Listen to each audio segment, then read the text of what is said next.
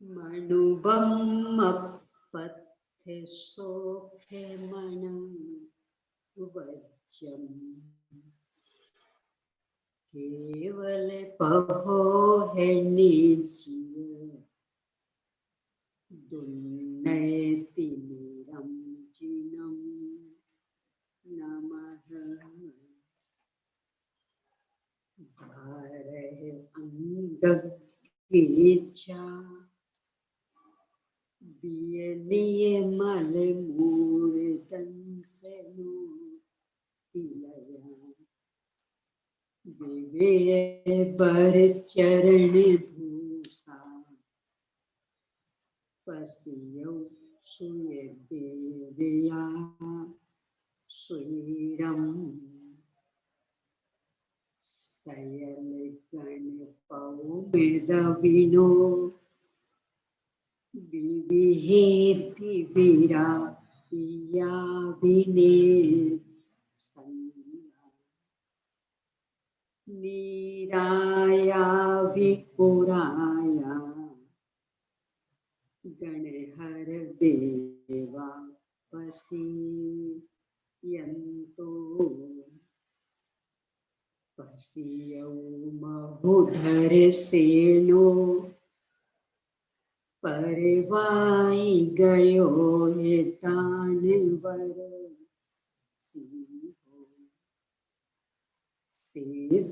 सिद्धंतामिय सायर तरंग संघाय धो कोय मनो पणिमामि पोपेदंतं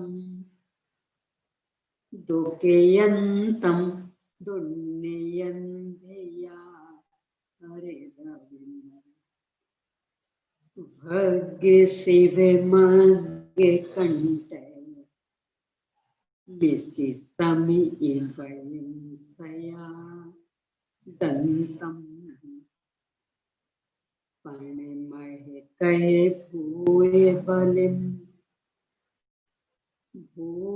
बलिम के से पास परिभो ये बलिम विनी है बम्मय पसरम बढ़ा बिय बिमल नामी बम्मय पसरम नमो अरिहंताणम नमो सिद्धानम नमो आयरियानम नमो ओवच्छायानम नमो लोहे सर्वेशापूनम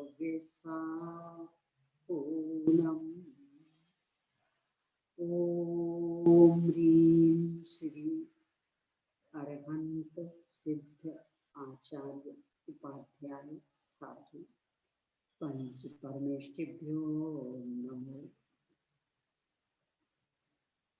आचार्य सिद्धर सिंह स्वामी द्वारा प्रदत्त ज्ञान को लिपिबद्ध करने वाले आचार्य श्री पुष्पदंत भूतवले स्वामी द्वारा रचित षटखंडागम ग्रंथ,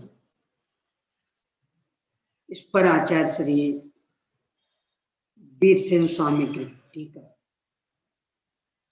इसके पहले खंड जीवोत्थान पर टीका संबंधी 6 भागों में से पहले भाग पर अपनी चर्चा चल रही है। मंगलाचरण परक मीमांसा के बाद में गुण स्थानों के अन्वेषण हेतु मार्गना स्थानों को कहूंगा। इस तरह की प्रतिज्ञा के बाद में 14 मार्गना स्थानों के नामों का विश्लेषण टीकाकार आचार्य श्री ने परिभाषा के रूप में करने के बाद फिर जीवस्थान यानी गुण स्थानों का वर्णन सत्य रूपना आदि 8 अनुयोगों द्वारा कर रहा हूं। इस संदर्भ में सत्य आदि 8 अनुयोगों के क्रम का औचित्य और उनका संक्षिप्त स्वरूप बताने के बाद में गुण स्थानों की चर्चा प्रारंभ हुई। उसमें सबसे पहले गुण स्थान किसमें होते हैं और क्या है, इस विषय पर चर्चा करते हुए है कहा गुण स्थान जीव में होते हैं और जीव के जो औदैहिक, औपशमिक, क्षायिक, क्षायोपशमिक और पारिणामिक भाव हैं, इन्हीं की इस संदर्भ में गुण संज्ञा है और उनसे सहित जीव को ही उपचार से अभेद विवक्षा में गुण कहा गया है। इसके बाद परिभाषा देते हुए कहा कि दर्शन, मोहिनी आदि कर्मों के उदय, उपशम आदि अवस्थाओं के होने पर उत्पन्न हुए जिन परिणामों से युक्त जो जीव देखे जाते हैं, उन जीवों को सर्वज्ञ देव ने उसी गुण संज्ञा वाला कहा है। यहां तक कि प्रकरण का निष्कर्ष ही है कि गुण स्थान जीव में होते, मतलब पुद्गल आदि अन्य द्रव्यों में गुण स्थान रूप परिणाम नहीं।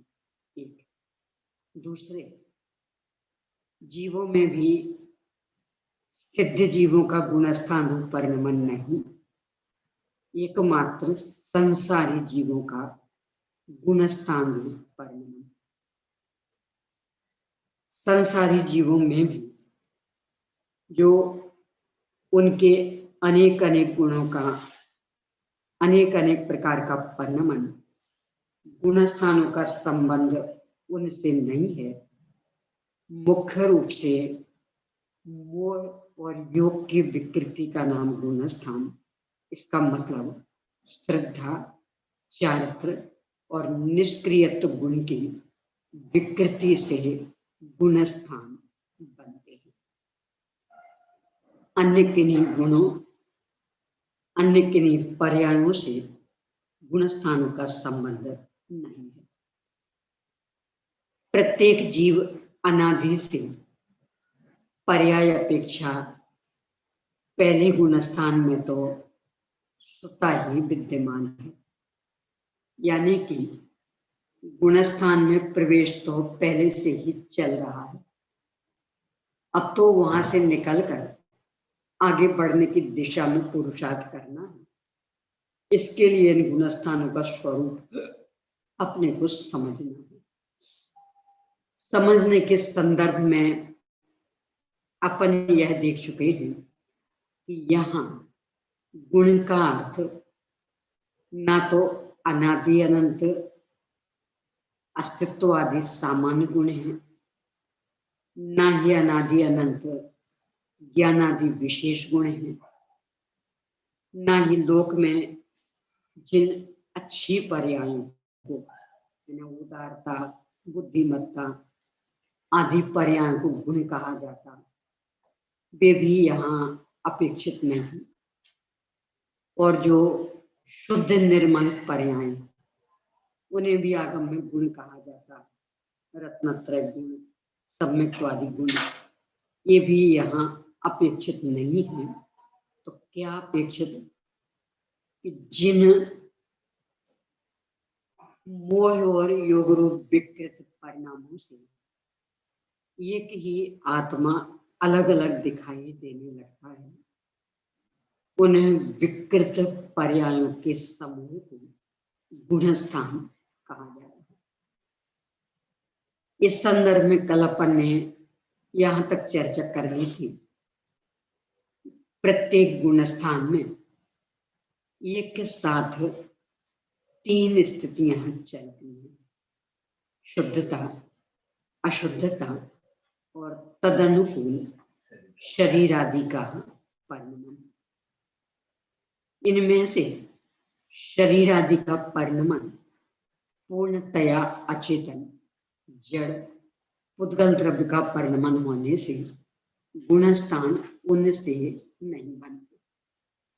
पर अपन लोगों जैसे स्थूल ज्ञान वाले जीवों के शरीर आदि के परिणमन का निमित्त नैमित्तिक संबंध देखकर गुणस्थानों का स्थूल परिचय अवश्य हो जाता है। तो स्थूल परिचय मात्र की इनकी उपयोगिता आवश्यकता गुणस्थान बनते नहीं है इनसे। अब इससे आगे आज जो चर्चा करनी है, शुद्धता से भी गुणस्थान नहीं बनते। यद्यपि शुद्धता होती है पर गुणस्थानों का भेद उनसे नहीं होता। जैसे कि शरीर आदि का परिणमन होता है पर गुणस्थानों का भेद उनसे नहीं बनता, इसी प्रकार शुद्धता होती अवश्य है पर उनसे गुणस्थानों के भेद नहीं बनते। कैसे, इस पर अपन चर्चा करने जा रहे हैं। कल अपन ने देखा था कि शुद्धता में यहाँ दो प्रकार की शुद्धता ली गई है। एक तो शाश्वत शुद्धता और एक पर्यायगत प्रकार शुद्धता। जो शाश्वत शुद्धता है यानी कि अनादि अनंत ही जीव द्रव्य कर्म भाव कर्म नो कर्म से रहित परम पारिणामिक भाव स्वरूप बंध मोक्ष से रहित सुता सिद्ध। तो ये जो शाश्वत शुद्धता है इसके माध्यम से गुणस्थान नहीं बनते। क्यों? क्योंकि तो शाश्वत एक रूप रहने वाली, फिर गुणस्थानों की एक रूपता ही रहेगी। अलग अलग गुणस्थान के भेद के लिए कहीं अवसर ही नहीं रहेगा, क्योंकि शाश्वत शुद्धता हमेशा ही एक रूप। दूसरी शुद्धता पर्यायगत प्रकट शुद्धता, यानी सम्यक रत्नत्रय रूप, वितरक विज्ञानता रूप, 4 आराधना रूप, 5 वृत्तादि रूप इत्यादि इत्यादि, यानी जिसे अपन कहें संवर निर्जरा रूप शुद्धता। यद्यपि वह गुण स्थानों में है पर गुण स्थान उससे बनते नहीं है, यानी गुण स्थानों का भेद उनसे नहीं होता। कैसे, अब इस पर विचार अपन कर रहे हैं। प्रकट शुद्धता को संक्षेप में देखें तो सम्यक दर्शन, सम्यक ज्ञान और सम्यक चारित्र की एकता कह सकते हैं, यानी सम्यक रत्नत्रय।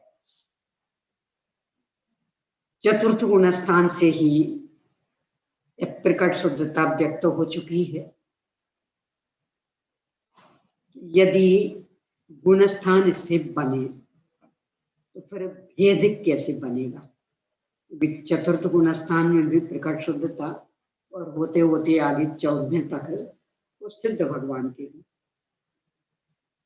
और स्पष्टता से समझने के लिए अपन इनको अलग अलग देखें। सबसे पहले सम्यक दर्शन को देखें। सम्यक दर्शन रूप प्रकट शुद्धता चौथे से हो गई और सिद्ध भगवान तक रहनी है, तो गुणस्थानों का भेद कैसे बनेगा? यदि कहें इस सम्यक दर्शन के भेदों की अपेक्षा से, पहली बात तो ये कि मूल में सम्यक दर्शन में भेद नहीं है। जितने जो भी भेद हैं वे सब पर सापेक्ष, यानी औपशम्यक आदि भेद यदि किए तो कर्म सापेक्ष, निसर्ग अधिगमन भेद किए तो ये देशनालब्धि सापेक्ष, सराग वीतराग भेद किए तो ये चारित्र सापेक्ष, निश्चय व्यवहार भेद किए तो ये नए सापेक्ष, आज्ञा सम्यक्त, बीज सम्यक्त आदि भेद किए तो ये ज्ञान सापेक्ष, यानी मूल में सम्यक दर्शन के कोई भेद नहीं है। वह तो आत्म प्रतीति रूप, आत्मरुचि रूप, आत्मविश्वास रूप, तत्वार्थ श्रद्धांग, उसमें कोई भेद नहीं। जितने जो भी भेद ये सब औपचारिक। कदाचित कोई ये कहे कि भले औपचारिक सही, पर उनकी अपेक्षा से ही, तो उनकी अपेक्षा से भी विचार कर लें। मूल में जो कर्म सापेक्ष सम्यक्त के भेद है, यानी औपशमिक सम्यक्त, छायोपशमिक सम्यक्त और छायिक सम्यक्त, मोक्ष मार्ग में ये तीन भेद मुक्त हो जाते हैं।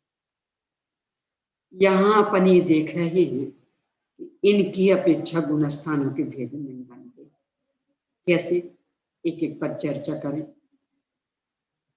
औपशमिक सम्यक्त सामान्य रूप से देखें, यानी प्रथमोपशम और द्वितीयोपशम ऐसा भेद नहीं करें, मात्र औपशमिक सम्यक्त रूप में देखें तो औपशमिक सम्यक्त तो चौथे से 11वें गुण स्थान तक,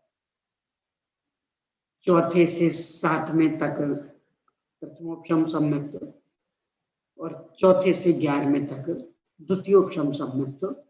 सामान्य से कहें तो चौथे से 11वें तक औपशमिक सम्यक्त एक साथ। जब एक साथ चल रहा तो ये तो चौथे वाले, ये 7वें वाले, ये 11वें वाले, ये भेद उनमें कैसे बने? इसका मतलब औपशमिक सम्यक्त की अपेक्षा गुण स्थानों के भेद नहीं बनते।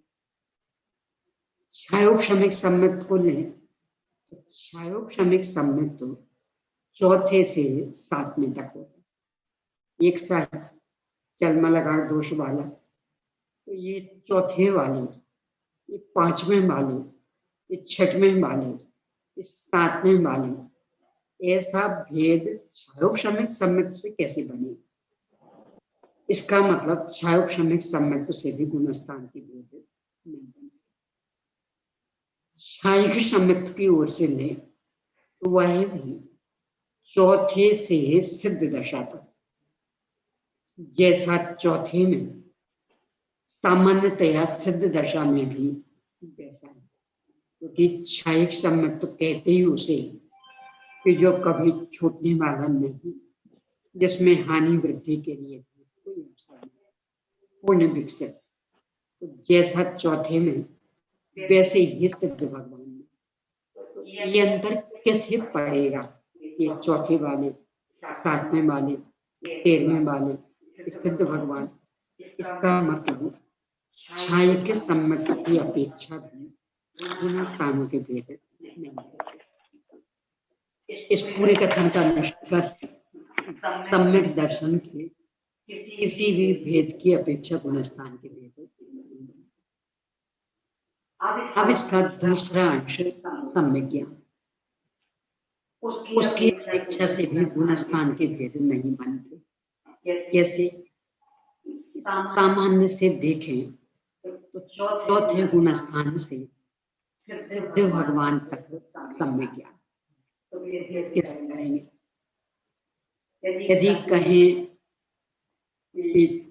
छदमस्त हो सर्वज्ञ की अपेक्षा भेद कर लें, उस अपेक्षा विचार कर लें, छदमस्त सम्यक ज्ञान चौथे से 12वें और सर्वज्ञता रूप सम्यक ज्ञान 13वें 14वें एक साथ। भेद कैसे जानेंगे? ये तो 13वें वाले, ये 14वें वाले, ये सिद्ध भगवान, ये भेद कैसे पड़ेगा? केवल ज्ञान तो एक साथ, सर्वज्ञता तो एक सी। छद्मस्थों में भी यदि अपन देखें कि ज्ञान के उघाड़ की अपेक्षा उसे भी ले लें, कदाचित ऐसा भी हो सकता है कि चौथे गुण स्थान में जितना ज्ञान, यानी अष्ट प्रवचन मात्रिका, 12वें तक भी उतना ही रहा। गुणस्थान तो बढ़ गए, तो कैसे बढ़े? कदाचित ज्ञान में वृद्धि भी हो तो छठवें गुणस्थान में सुरत केवली हो गए, संपूर्ण द्वादशांग के पाठ, और 12वें तक वैसे ही रहे। तो ये छठवें वाले, 7वें वाले, 12वें वाले, ये भेद कैसे बने? अवधि ज्ञान मना पर्य ज्ञान की अपेक्षा भी देखें तो सामान्य सावध ज्ञान तो 4 से 12वें तक, और विशेष देखें सर्वावधि, परमावधि 6वें से 12वें तक, तो भेद कैसे बनेगा? मना पर्य ज्ञान का भी देखें तो ऋजुमति विपुलमति दोनों ही 6वें से 12वें तक, ये 6वें वाले, ये 10वें वाले, ये भेद कैसे बनेगा? यानी कि सब में ज्ञान की अपेक्षा भी गुण स्थानों के भेद नहीं बने। अब इसका तीसरा अंश, यानी तीसरा अंश सम्यक चार, उसकी अपेक्षा से भी गुणस्थान के भेद नहीं बनते। कैसे? सामान्य से देखें तो 4 से लेकर सिद्ध भगवान तक सम्यक चार, तो भेद कैसे बनेगा? विस्तार अधिक करें तो मूल में सम्यक चारित्र, यानी स्वरूप में आचरण करना, स्वरूप में प्रवृत्ति करना, स्वरूप चरणम चारित्र, तो वह तो एक साथ चल रहा, तो भेद कैसे बनेंगे?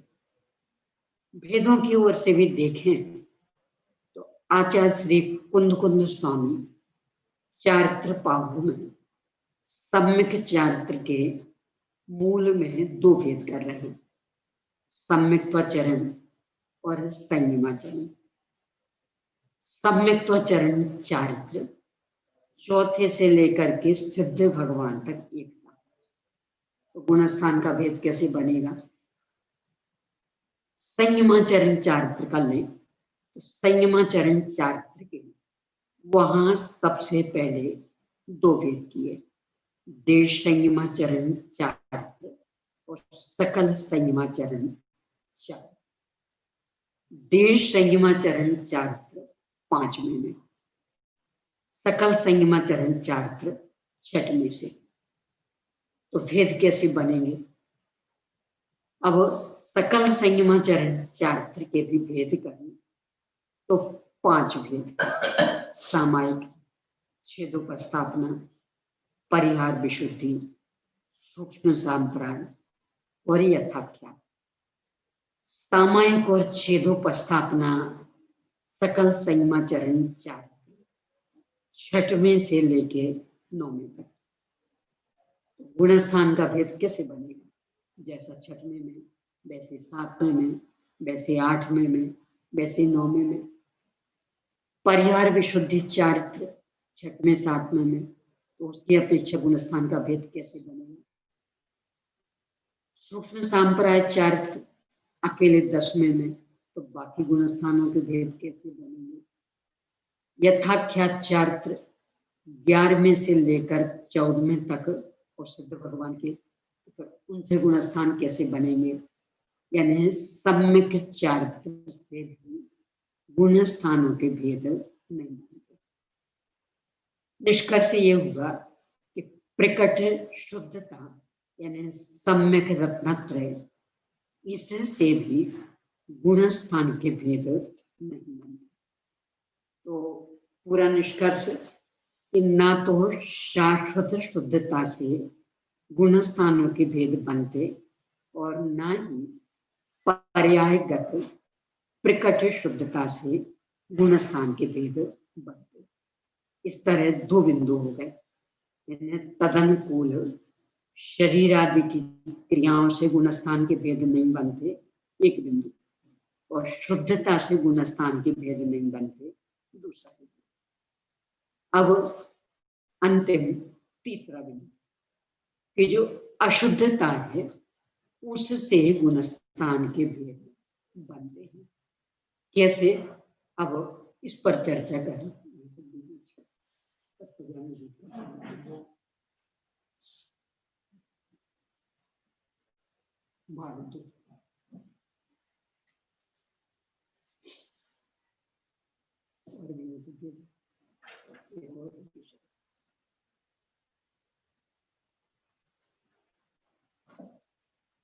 तत्व ज्ञान विवेच का भाग 2 के अंतर्गत पेज नंबर 100 पर जो एक सारणी दी है, प्रश्न क्या है?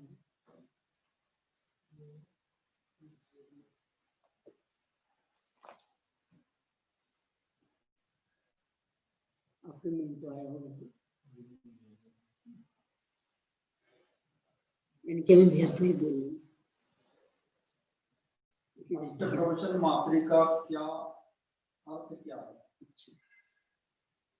वैसे ये चर्चा अपनी पहले कई बार हो चुकी है।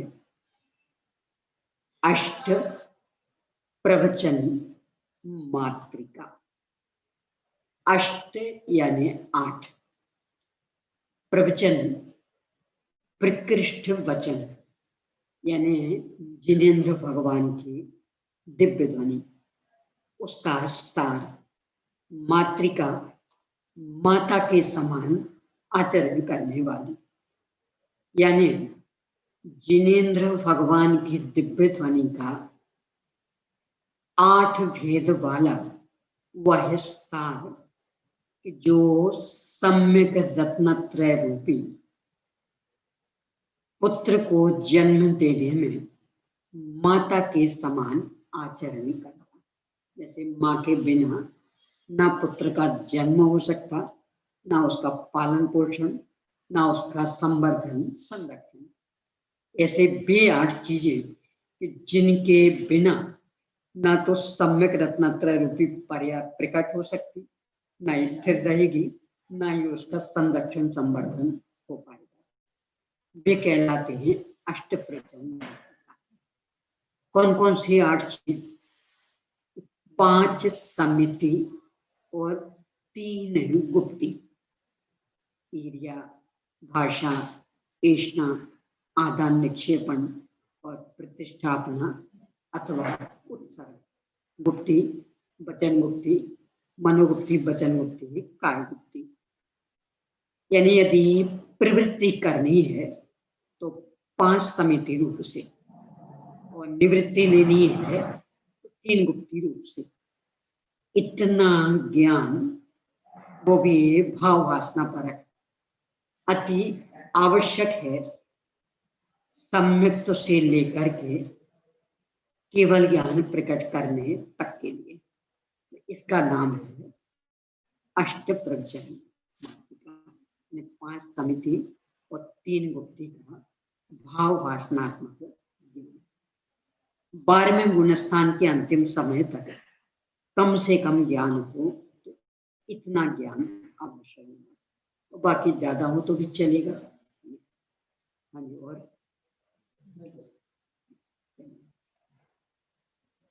तो अपन इस निष्कर्ष पर पहुंचे कि ना तो शरीर आदि की क्रियाओं से गुणस्थान बनते हैं और ना ही शुद्धता से गुणस्थान बनते। तो किससे बनते? कि अशुद्धता से गुणस्थान बनते हैं। अब अशुद्धता से कैसे बनते? इसके लिए तत्व ज्ञान विवेच का भाग 2 में पृष्ठांक 100 पर मोह का विस्तार दिया गया है। इसके आधार से अपन इस बिंदु को देखते हैं।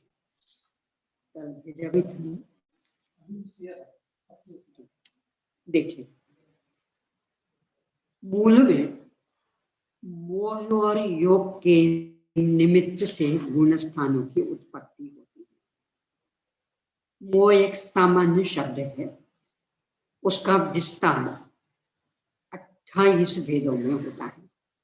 मोह के 28 वेद, कर्म प्रकृतियों की ओर से देखें तो मोहिनी कर्म के 28 वेद, दर्शन मोहिनी के 3 और चारित्र मोहिनी के 25, कुल 28।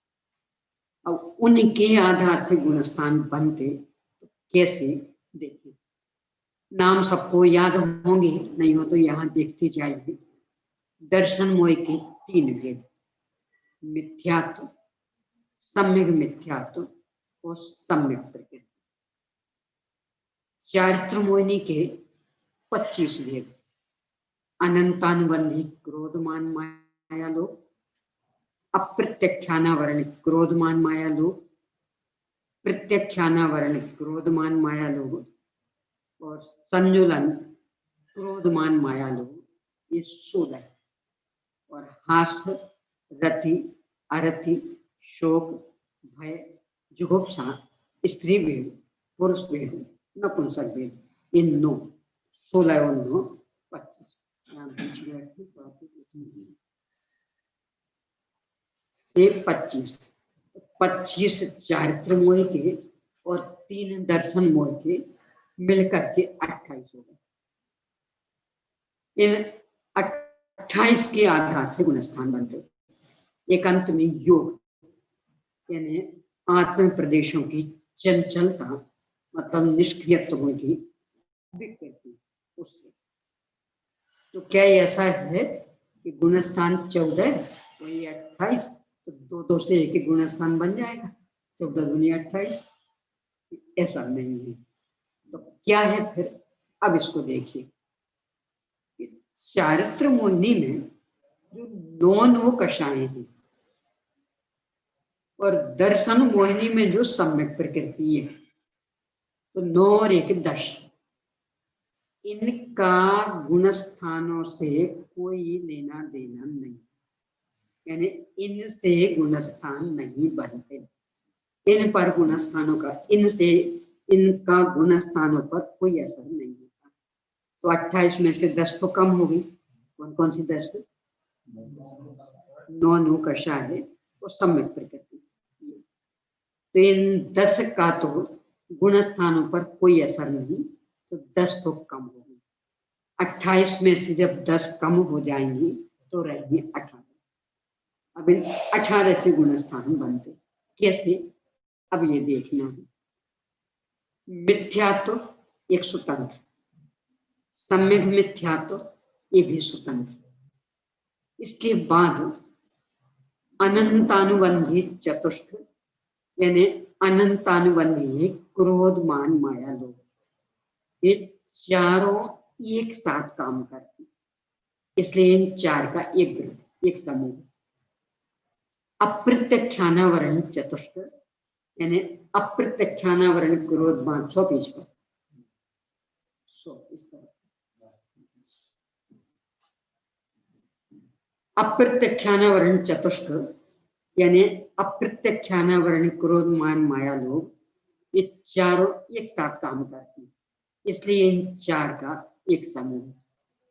फिर प्रत्यक्षानावरण क्रोध मान माया लोग, ये 4 एक साथ काम करते हैं, तो इन 4 का एक समूह। इस तरह से ये 5 समूह हो गए। कौन कौन से? मिथ्यात्व, सम्यक मिथ्यात्व, अनंतानुबंधी चतुष्ट, अप्रत्यक्षानावरण चतुष्ट और प्रत्यक्षानावरण चतुष्ट, ये 5 हो गए। अब इससे आगे जो संजुलन चतुष्ट है वह 5 रूपों में कार्य करता है, यानी बाकी के तो 4 एक रूप में और संजुलन चतुष्ट 5 रूप में। संजुलन की तीव्रता, संजुलन की मंदता, संजुलन की मंदतर दशा, संजुलन की मंदतम दशा और अकेला सूक्ष्म लोक। इस तरह संजुलन कषा है 5 रूपों में कार्य करती। 5 पहले के थे, 5 ये हो गए, इस तरह हो गए 10। कौन कौन से 10 हुए? 10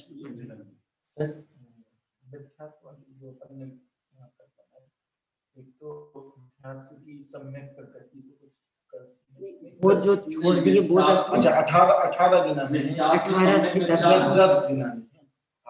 और 9 तो ये 28 नहीं, जो नहीं, मूल आप प्रकृति है। प्रश्न नहीं समझ पाए। ये 10 की संख्या दो जगह आ गई। एक तो जिन दश को अपन ने कम कर दिया बेदश, यानी जिनका गुण स्थानों पर कोई असर नहीं, यानी जिनसे गुण स्थानों का कोई संबंध नहीं, बेदश तो अलग। 18 9 बचा। दशाएं हाँ, अब जो 18 बचे उसमें से उन 10 18 को 10 में गर्भित किया, यानी 18 के 10 बनाए। तो 18 के 10 कैसे बनाए ये बताइए। मिथ्यात्व और सम्यक मिथ्या दो, दो, और उसके बाद अनंतानुबंधी चतुष्क इनका एक समूह, एक समूह, 3 और 3, उसके बाद अप्रत्याख्यानावरण चतुष्क का एक समूह, एक समूह 4, और उसके बाद प्रत्याख्यानावरण का चतुष्क एक समूह 5, उसके बाद संजुलन, तो संजुलन के चतुष्क यानी संजुलन चतुष्क 5 रूपों में ही कार्य करती है। तीव्र मंद मंदतम और सूक्ष्म, इस तरह संजुलन चतुष्क के 5 हो गए, 5 बे और 5 10, और एक योग, एक है योग तो 11, बस इन्हें 11 विकृतियों से 14 गुणस्थान बनते हैं। यानी मोहिनी के 28, उसमें से 10 निकल गई, तो उन 10 से तो गुणस्थान बने नहीं, फिर 18 से 10 बनाए अपन ने, तो उन 10 से और एक योग तो 11 से, यानी 11 से गुणस्थान बनते हैं। तो वो किसकी मुख्यता से कौन सा, अब देखिए सारणी को, तो उस विकृति के नीचे गुणस्थान का नाम लिखा है 100 पेज पर। मिथ्यात्व, उसके नीचे लिखा मिथ्यात्व गुणस्थान, सम्यक मिथ्यात्व, उसके नीचे लिखा सम्यक मिथ्यात्व गुणस्थान, फिर अनंतानुबंधी चतुष्क, उसके नीचे लिखा साधारण सम्यक, फिर अप्रत्याख्यानावरण चतुष्क अविरत सम्यक, फिर प्रत्याख्यानावरण चतुष्क देश विरत, फिर संजुलन चतुष्क की तीव्रता प्रमत्त विरत, मंदता अप्रमत्त विरत, मंद तरदशा अपूर्वकरण, मंद तम दशा अनिवृत्तिकरण, सूक्ष्म लोभ सूक्ष्म सांप्राय, और इन कषायों का दबना यानी उपशांत, तो 11वां उपशांत मोड़, और इन कषायों का नाश तो 12वां क्षीण मोड़, और योग का सद्भाव 13वां, और योग का भाव 14वां। इस तरह इन 11 विकृतियों से 14 गुणस्थान बनते हैं। कैसे वे दोहराए जाएंगे। मूल में मोह आप दोहरा रहे थे,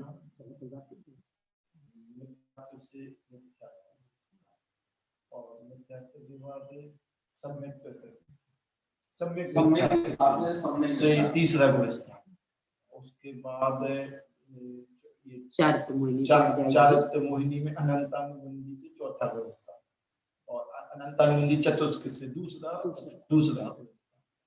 और अप्रत्याख्यानावरण से 5वां गुणस्थान, चौथा गुणस्थान, हाँ अविरत सम्यक, और प्रत्याख्यानावरण से 5वां गुणस्थान, हाँ, और संजुलन कषाय से संजुलन कषाय के 5 भेद, तो तीव्रता से 6वां गुणस्थान, और मंद से अप्रमत्त 7वां, और तीव्र मंद, और मंदतर से 8वां गुणस्थान अपूर्वकरण, और मंदतम से 9वां गुणस्थान, और सूक्ष्म से 10वां गुणस्थान सूक्ष्म, और अब इसके बाद इन सबका दबना उपशम तो 11वां गुणस्थान, और इनका 6 होना तो क्षीण, और योग से अभाव में 13वां गुणस्थान, योग के असद्भाव में 13वां गुणस्थान, अभाव में 14वां।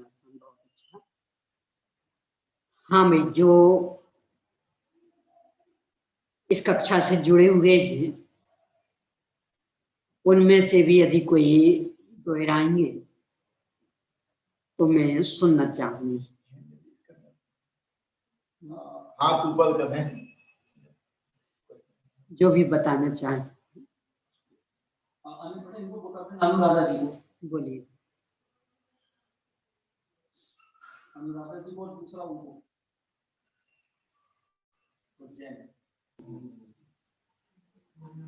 कोई भी एक जन बोलिए। अनुराधा जी आप अनम्यूट हो। अनम्यूट। हाँ, दर्शन मोनि की मिथ्यात्व प्रकृति से पहला गुणस्थान, अनंतानुबंधी चतुष्क से दूसरा गुणस्थान,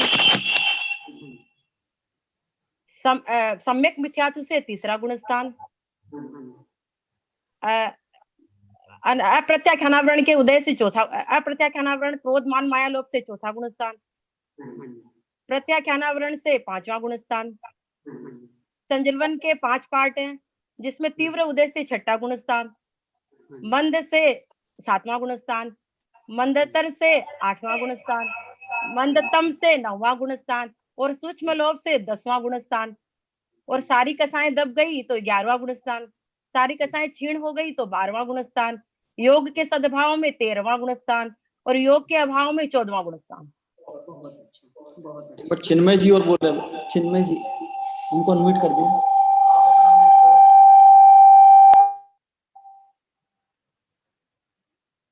हाँ जी बोलिए।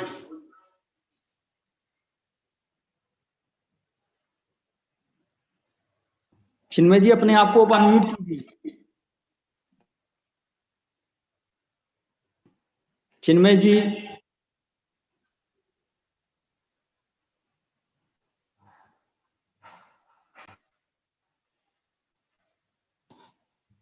और कोई बताना चाहता है?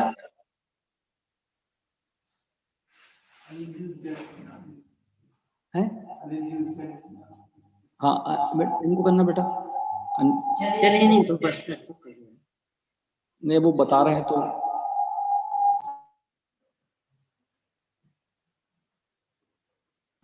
आप अपने आप को अनम्यूट कीजिए। ज्योति जी आप अपने आप को अनम्यूट कीजिए।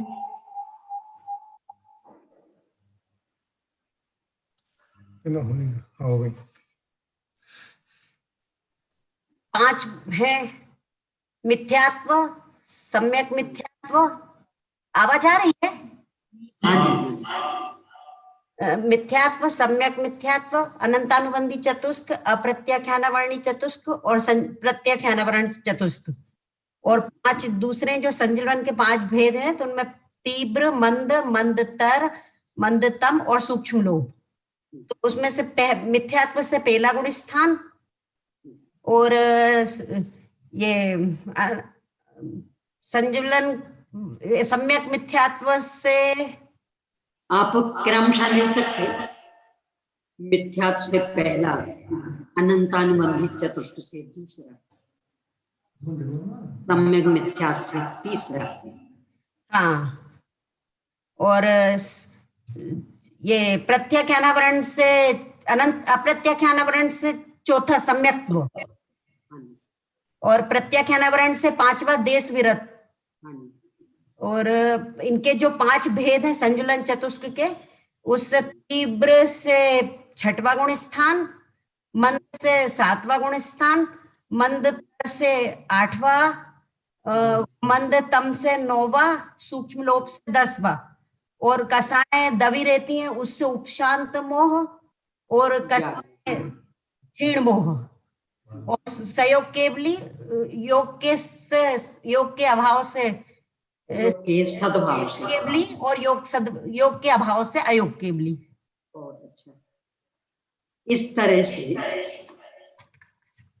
मोह और योग रूप विकृतियों से 14 गुणस्थान बनते हैं।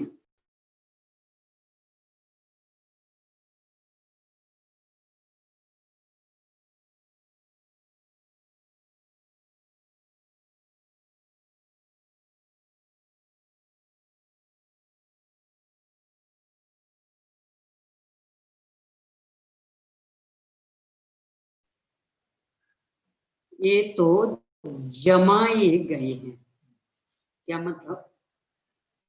जैसे अपन बच्चों की प्रभात फेरी वगैरह निकालते हैं, रैली वगैरह कोई भी, तो एक क्रम से उनको खड़ा करते, या छोटे से बड़े या बड़े से छोटे, मतलब लंबे से ठिगने या ठिगने से लंबे। तो उसमें बस वो एक ही, यानी उनके शरीर की ऊंचाई, बस ये मुख्य होती, ना उसमें उनकी जन्म तिथि ना योग्यता, इन्हें कुछ नहीं देखते, बस एक ही कि कौन कितना ऊंचा, तो सबसे ऊंचा, और फिर उस हिसाब से फिर कम वाले। यहाँ ये जो 14 गुण स्थान है, मानो इनको पहले सबको इकट्ठा कर दिया, तो फिर इनको क्रम से जमाना शुरू किया। तो यहाँ सारी विकृतियां, इसका मतलब वो सबसे ऊंचा, तो उसको सबसे पहले पर रखा। जो मिथ्यात्व गुण स्थान, यहाँ सारी विकृतियां विद्यमान 11 की 11, तो इसका मतलब वो सबसे लंबा, तो उसको सबसे पहले स्थान पर रख दिया। इसके बाद जैसे जैसे विकृतियां कम होती गई, उस प्रकार से उनको नंबर देती है। इसके लिए आप 101 नंबर पर जो सारणी दी है उसमें देखिए, यहाँ पहले खंड में 11 अशुद्धियां दी हैं। पहले इसमें थोड़ा सा सुधार कर लीजिए, प्रिंटिंग मिस्टेक हो गई है इसमें। एक तो जो खंड दूसरा बंद के कारण, इसमें जो ये कषाय वाली रेखा, ये 8 में से ऊपर जाके समाप्त हो गई।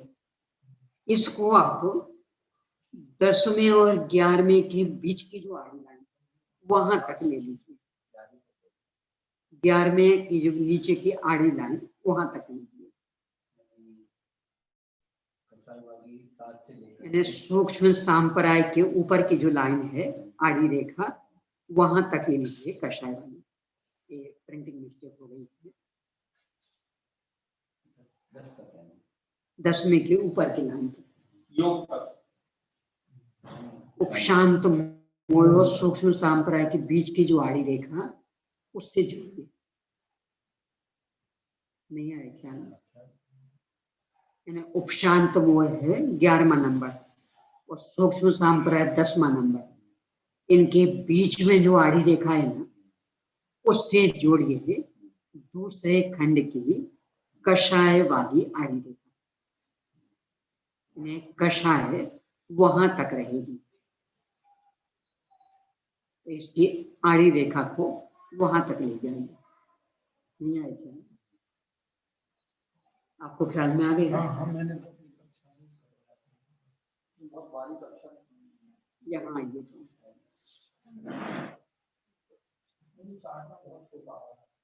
यहाँ देखिए, ये जो है ना एक कषाय, यहाँ पहले गुण स्थान से गई, ये जानी है 10वें तक। तो ये जो रेखा है, ये यहाँ 10वें की ये आड़ी रेखा है, यहाँ तक लेके ऐसे नहीं आ सकता, इसलिए तो समस्या है।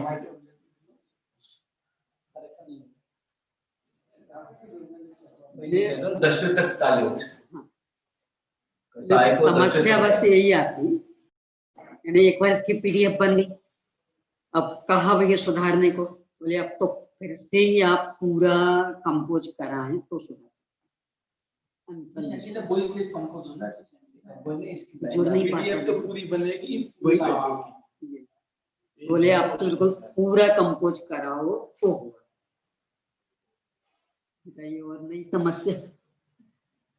नहीं, एक पेज कंपोज करा के पीडीएफ नहीं बनी। तो देखो इसमें क्या है कि मैं तो करके जानती नहीं, तो पीडीएफ के लिए भी उनको तो बोलते हैं कि हम स्कैन करें, इसकी अपेक्षा तो आप पूरी कंपोज कराओ। अब एक से काम चलता तो आप लोग करना चाहो तो कर सकते नहीं, फिर उसमें ज्वाइंट करना पड़े, जोड़ना पड़े। जुड़ेगी नहीं, जुड़े तो पूरी की पीडीएफ अभी तो आप समझ लीजिए जो जैसा होगा काम।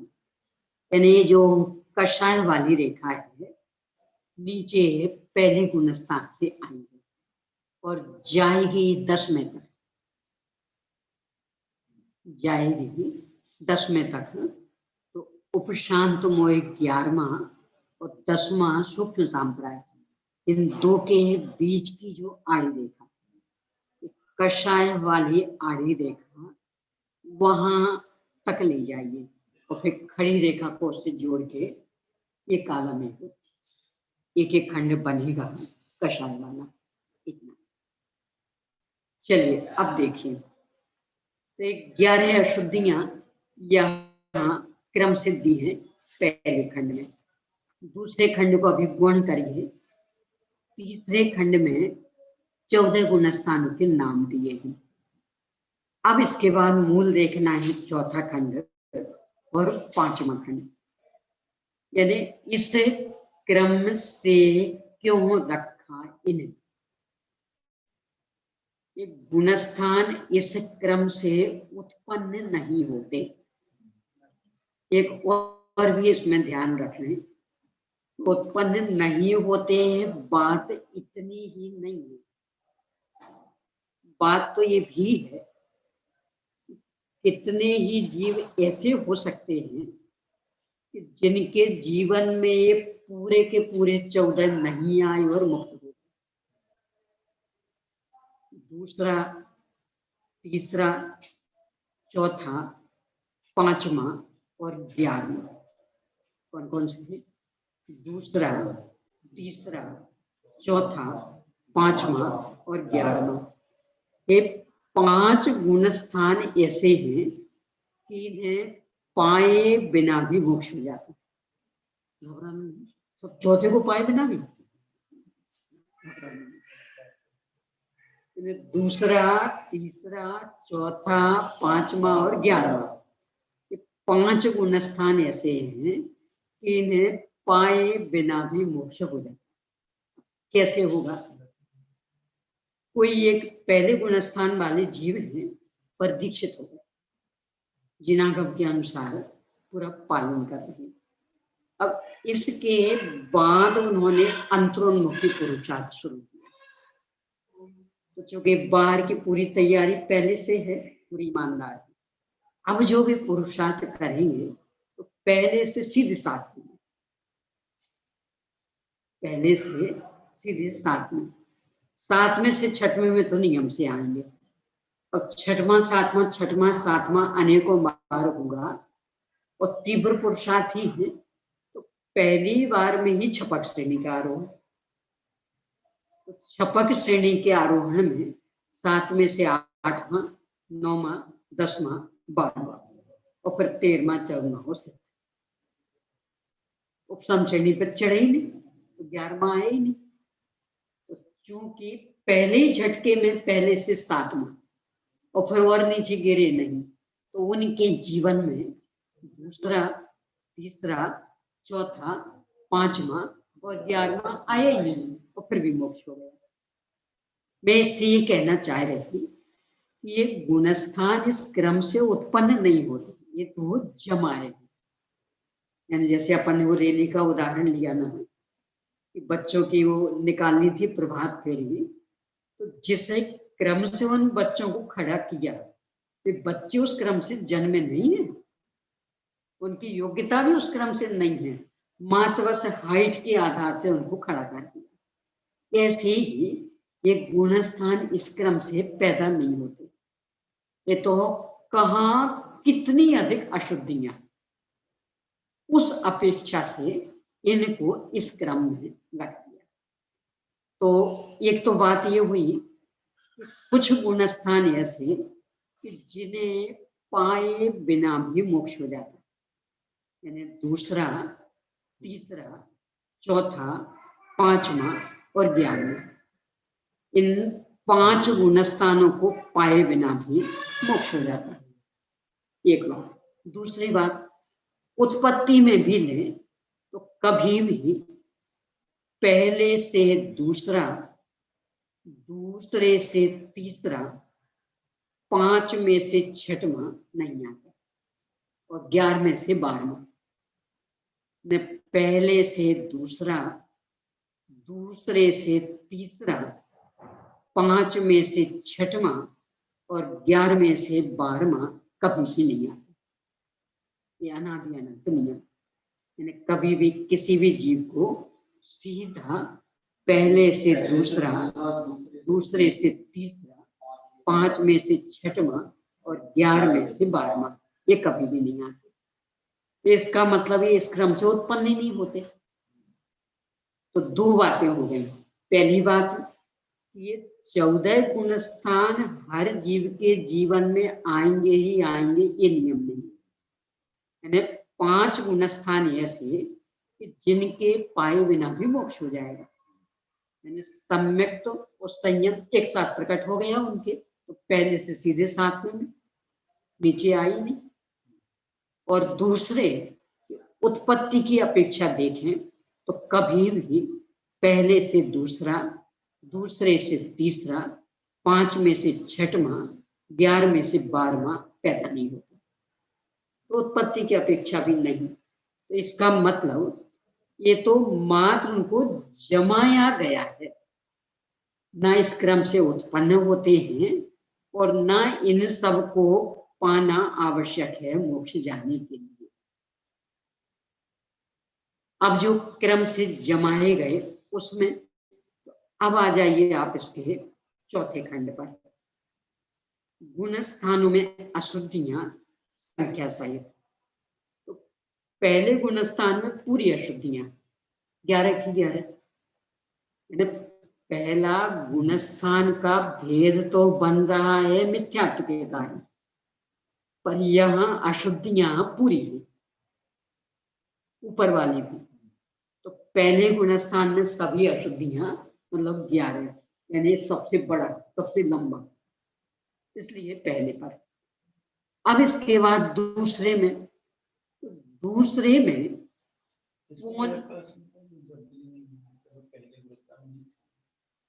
वो जो साथ में एक पहले से साथ में ऑप्शन में अनादि के 2 ऑप्शन, फिर बाद में 6 ऑप्शन और फिर 6 करना, तो रही 6वें 7वें। यानी इन सब गुणों छाए का भेद वो 7वें पड़ेगा, पहले में तो पड़ेगा 7वां और 6वां, 2 में से किसी में, यानी उससे नीचे भी उतरे ही नहीं। तो 6वें 7वें में रहते हुए ही औपशमिक से 6 औपशमिक हो गया और 6 औपशमिक से 6। औपशमिक से सीधा 6 कभी नहीं होता, औपशमिक से 6 औपशमिक आएगा ही आएगा, पर वो सब उनका 6वें 7वें में ही हो गया, उससे नीचे नहीं आएगा। तो पहले में पूरी अशुद्धियां, फिर इसके बाद दूसरे को क्यों रखा, क्योंकि दूसरे में 2 अशुद्धियां कम हो गई। मिथ्यात्व वाली अशुद्धि दूसरे में नहीं है। इसके साथ ही जब अपन दूसरा गुण स्थान देखेंगे तब आएगा ये कि अनंतानुबंधी चौकड़ी में से किसी एक का उदय आता है। तो 3/4 का उदय नहीं है, 4 है जो अनंतानुबंधी क्रोध मान माया लोग, उनमें से किसी एक का उदय रहता वहां, 3 का नहीं। इसका मतलब 3/4 का नहीं, 1/4 का उदय, मतलब 2 अशुद्धि नहीं है, 9.25 अशुद्धि है। नहीं आया ख्याल में? कुल अशुद्धि कितनी अपन ने बनाई? कौन कौन सी बनाई? अशुद्धि सीधी मिथ्यात्व, सम्यक मिथ्यात्व, अनंतानुबंधी चतुष्क, अप्रत्यक्षानावरण चतुष्क, प्रत्यक्षानावरण चतुष्क, संजुलन तीव्र, संजुलन मंद, संजुलन मंद तर, संजुलन मंद तम, सूक्ष्म लोक और युग, 11 अशुद्धि। अब ये 11 की 11 जहां सब, वो सबसे लंबा मतलब पहला, यहाँ 11 अशुद्धि। अब हमें सीरियल से जमाने हैं, उसकी अपेक्षा ठिकना। तो दूसरे में चूंकि 2.25 अशुद्धियां नहीं है इन 11 में से।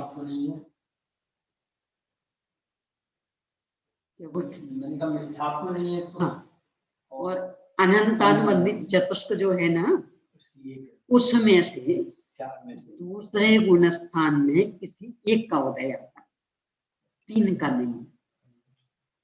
तो 3/4 वो निकल गई। इस तरह से 2.25 निकल गई, तो 9.25 बची। तो पहले में 11 अशुद्धियां थी और दूसरे में 9.25 बची, तो उसकी अपेक्षा छोटा हो गया ना, इसलिए दूसरे नंबर पर। अब तीसरे में तो वहां 2 निकल गई पूरी, यानी दूसरे में तो 2.25 निकली थी और तीसरे में 2 निकल गई, मिथ्यात्व और अनंतानुबंधी वाली। इसका मतलब वो उससे और छोटा हो गया। और अगला फिर चौथे में यहाँ 3 निकल गई, मिथ्यात्व, अनंतानुबंधी, सम्यक मिथ्यात्व, इसलिए इसे चौथा स्थान। फिर 5वें में यहाँ अप्रत्यक्षानावरण भी निकल गई, फिर और आगे प्रत्यक्षानावरण भी, फिर और आगे संजुलन तीव्र, फिर और आगे संजुलन मंद गई, फिर और आगे संजुलन मंद तर, फिर और आगे संजुलन मंद तम, फिर 11वें में संजुलन शोषलोप भी गया। अब रह गया मातृयोग। तो 11वां, 12वां और 13वां यहाँ तक अकेला योग, और 14वें में वो भी गया। इस तरह से जिन अशुद्धियों से एक गुण स्थान बनते हैं, उनमें उत्तरोत्तर कमी किस किस प्रकार से है, उसकी अपेक्षा गुण स्थानों को इस क्रम में रखा गया। ये उत्पन्न होते हैं इस क्रम से ऐसा नहीं, ये सब इस क्रम से आएंगे ऐसा नहीं। यानी 5 तो आए बिना भी मोक्ष हो जाएगा, और इस क्रम से उत्पन्न तो एक अभी होंगे ही नहीं। यानी पहले से दूसरा, दूसरे से तीसरा, 5 में से 6वां, 11 में से 12वां, ये कभी ऐसे उत्पन्न होंगे ही नहीं। तो फिर रखे क्यों इस क्रम से? कुल जो 11 अशुद्धियां थी जिनसे गुण स्थान बन रहे थे, वे अशुद्धियां उत्तरोत्तर कम कम कैसे हुई हैं, उस अपेक्षा से इनको एक सीरियल में जमाया गया। तो ये मात्र घटती हुई अशुद्धियों की अपेक्षा क्रम रखा है, उत्पत्ति की अपेक्षा नहीं। हमें अब किन्हीं को कुछ इसमें पूछना हो तो पूछ सकते हैं।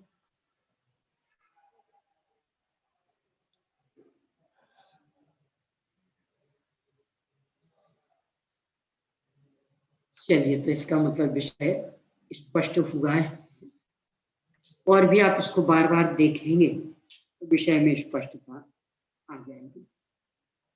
तो निष्कर्ष से क्या निकला कि नाम तो है गुण स्थान और है दोषों के स्थान। तो फिर गुण स्थान नाम क्यों दिया? कि यहाँ गुण यानी गुण नहीं, गुण मतलब पृथकता वाचक, गुण्यते पृथक क्रियते, यानी जिनसे पृथक किया जाता है उन्हें गुण कहते। तो चूंकि इन विकृतियों के माध्यम से जीवों को पृथक पृथक किया जा रहा, इसलिए इन्हें गुण स्थान कहा गया। इतनी चर्चा इस सामान्य हुई। अब इसी संदर्भ में ये जो कहा जाता है गुण स्थान बंद के कारण, समय सार जी की 110वीं गाथा।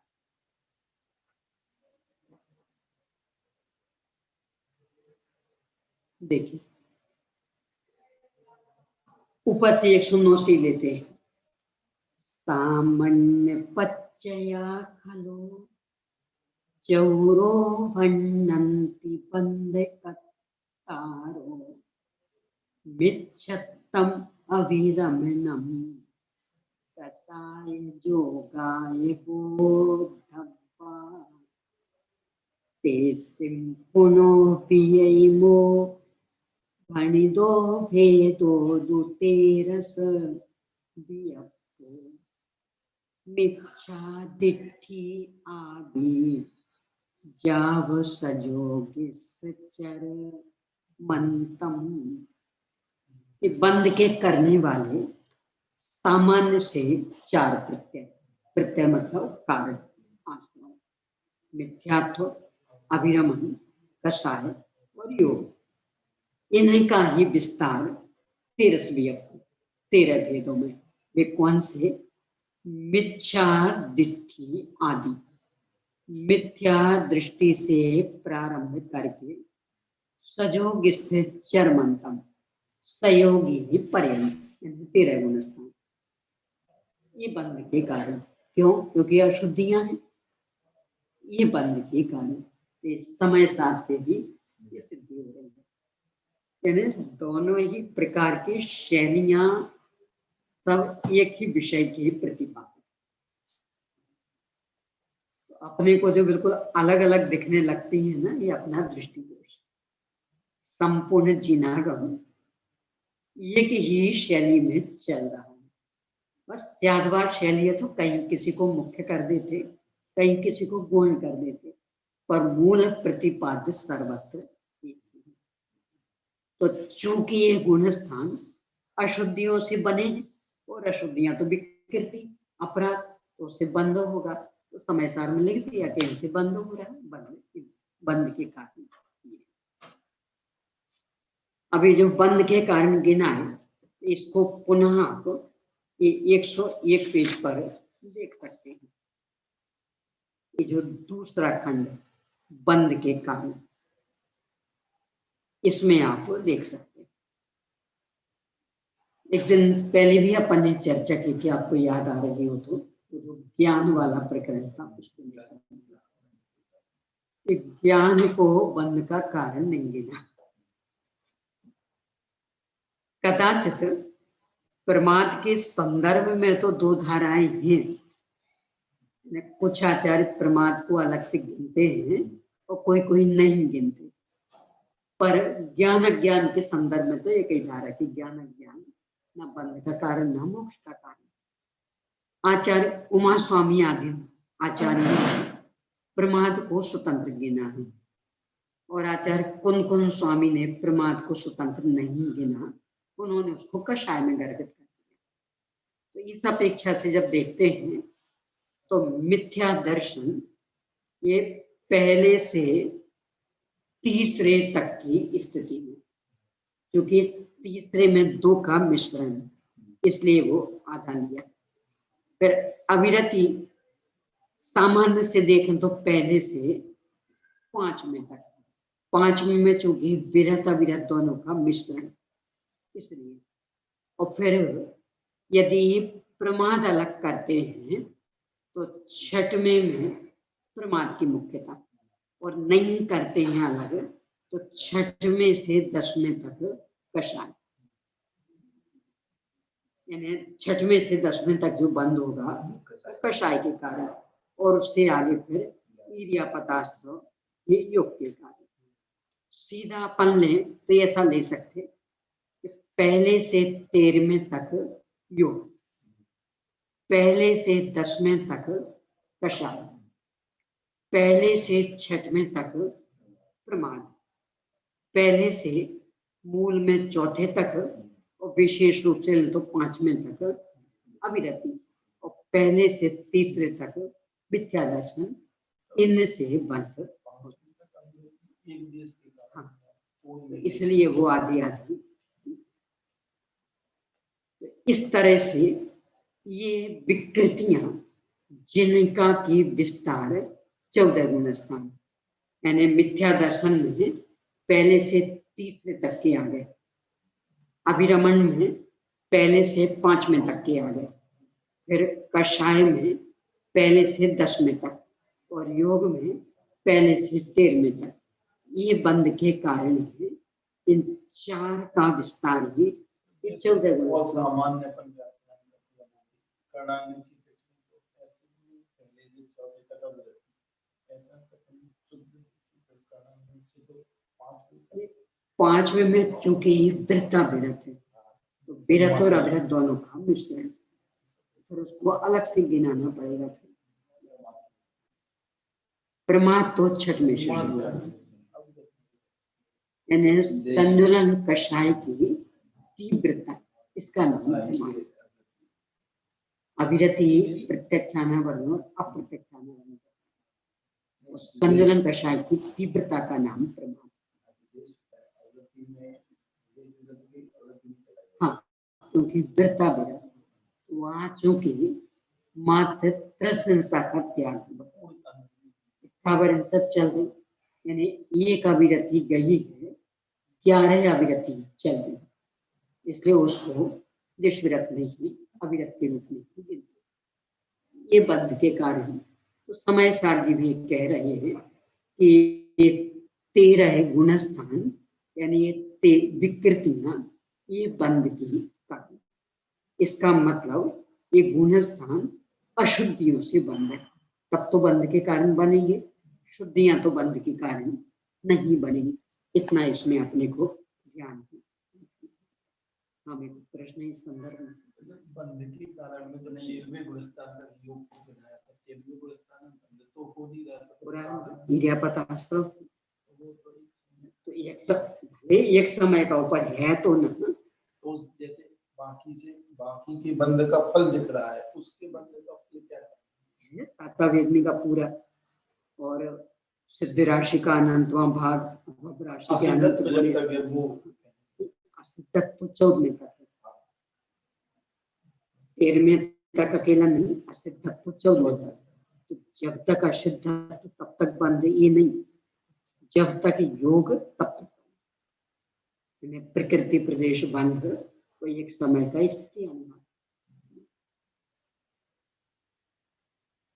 अब इसके बाद में भाव की चर्चा, क्योंकि इस प्रकरण में इन्होंने मूल में भावों से जोड़ा है। पेज नंबर 162 पर देखिए,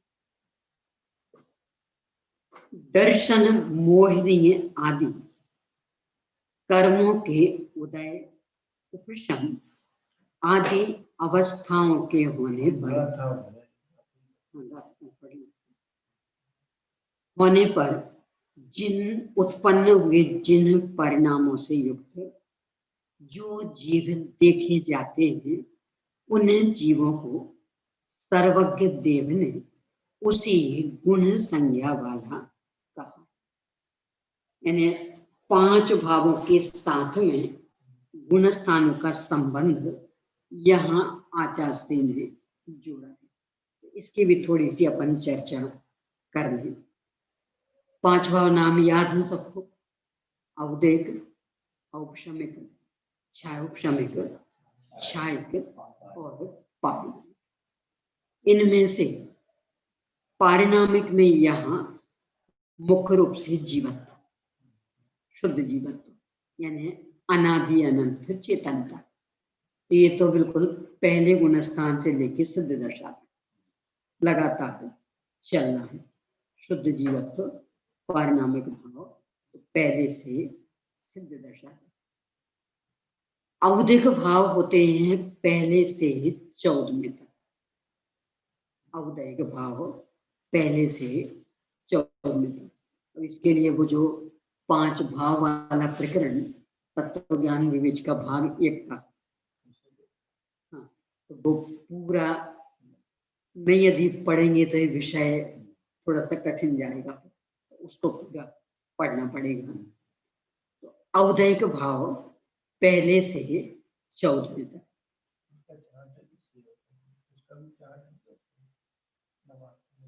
इसका चार्ट विवेचिका में तो नहीं छपा, ये ध्रुवधाम में लिया था 2 साल पहले, जो उसके कैश रिकॉर्डिंग है उसमें है। सामान्य भी और विशेष भी दोनों। 5 भाव वाला प्रकरण ध्रुवधाम में 35 घंटे उसमें पूरा है वो 11 शुद्ध गुण स्थान वाले में होगा, 5 भाव वाला प्रकरण 35 घंटे का द्रव्याम के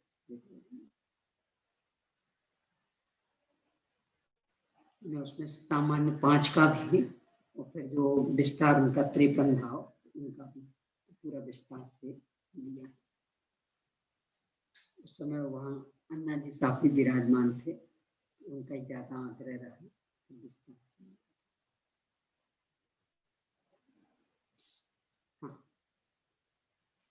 तो ये 5 भावपन देख रहे हैं गुण स्थान का।